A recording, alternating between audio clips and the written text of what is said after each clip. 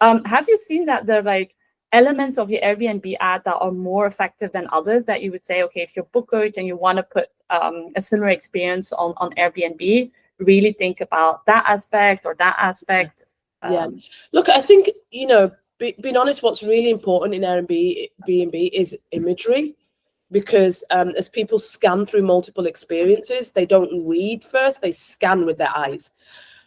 So I think really, you know, and this is the brilliance of AI, right? But really think about, especially if you're new to creating this experience, what is the image that they need to see that represents that experience?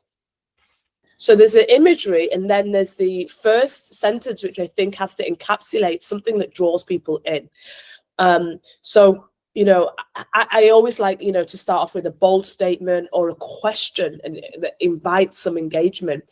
And so, again, thinking about when it comes to book coaches, what would be that open question that you need to ask? And it can be simple, like, you know, what do you enjoy reading? You know, what was the best book that changed your life? You know, it can be anything, but you think about your unique selling point as well, and then what is the person that you're trying to reach out to in that. And then obviously from there you go into what they can expect from the experience and what they would receive.